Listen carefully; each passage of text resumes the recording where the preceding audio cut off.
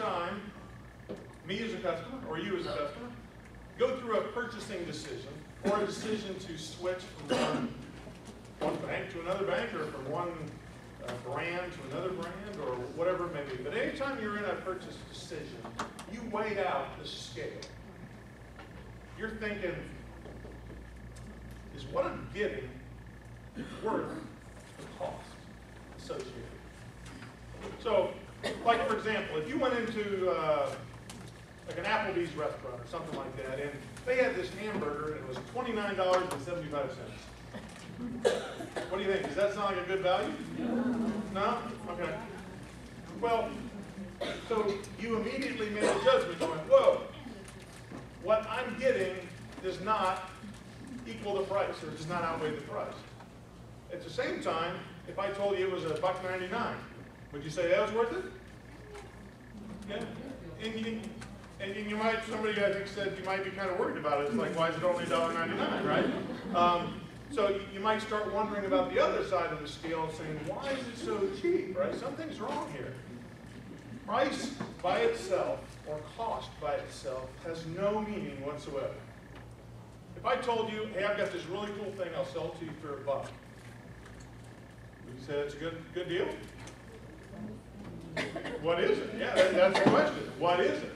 If I told you it was a pebble I found in the parking lot, you'd probably say, well, gee, that's not worth it. But if I told you it was a 2010 Chevy Silverado 4-door pickup, it's a pretty good deal, right?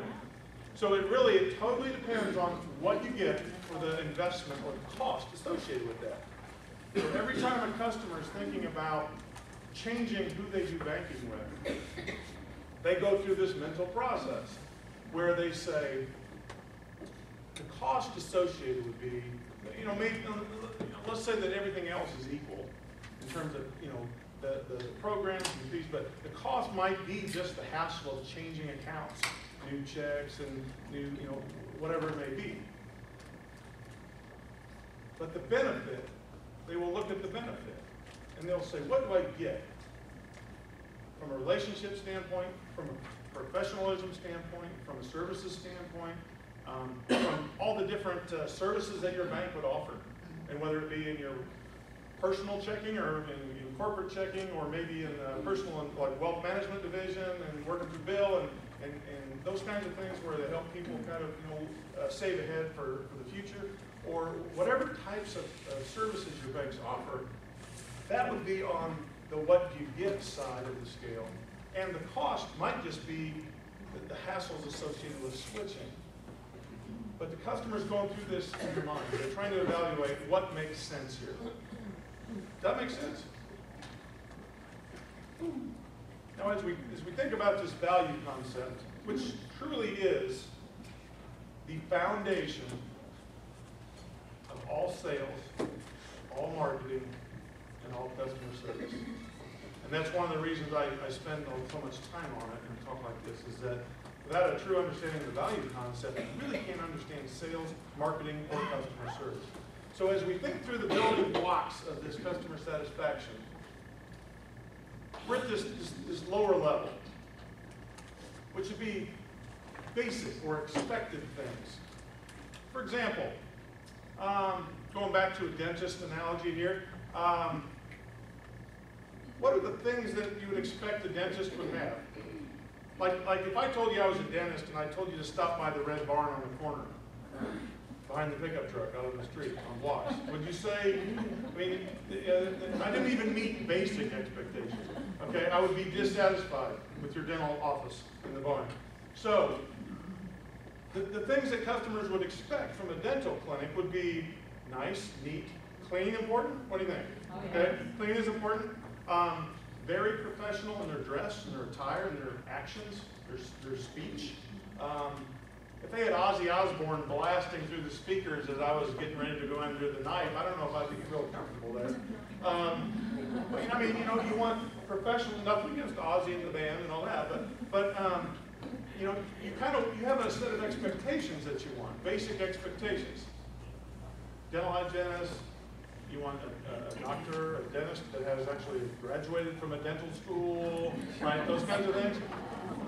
Now, if a dentist does all those things, can't pat himself on the back, or she can't pat herself on the back, because all they've done is met the basic expectations of the customer.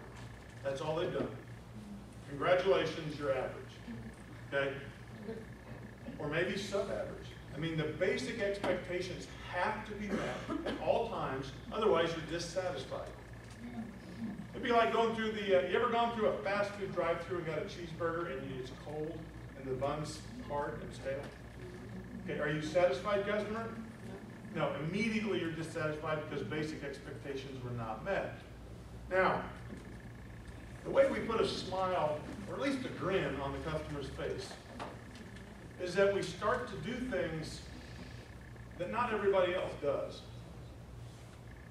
You remember driving down, excuse me, remember driving down the highway and seeing free HBO on the hotel signs? Okay, I'm not that old, and I remember that, so I think most of the people in the room here probably remember that. It used to be that a differentiator, a tiebreaker, was that hotel has free HBO, and that one on the other side of the interstate doesn't.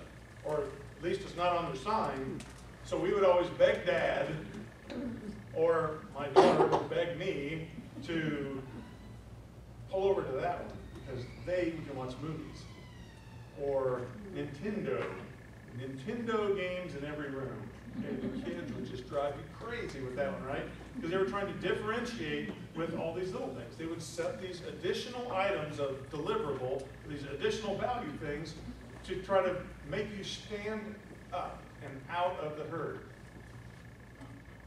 Interesting, when everybody else starts doing it too, like free HBO, what happens to that? It slides right down, doesn't it? It becomes an expected. It is true that over time, as the business world evolves, as technologies evolve, things that were value add lose their value add and become expected. We have to constantly be looking to reinvent ourselves, look for new ways to bring value to the marketplace and to take care of our customers. We're constantly looking for that edge. We're constantly looking for that thing that can make us different and better than our competition. Now, here's the trick. If you want to blow your customers' minds and make them your best salespeople and customers for life, you've got to do more than meet basic expectations. And you've got to do more than just a few little value-add things. You've got to step to the top level, which is very hard. It's very difficult. And I would tell you that very often it has nothing to do with product or business or brand. It has to do with the people sitting in this room right here.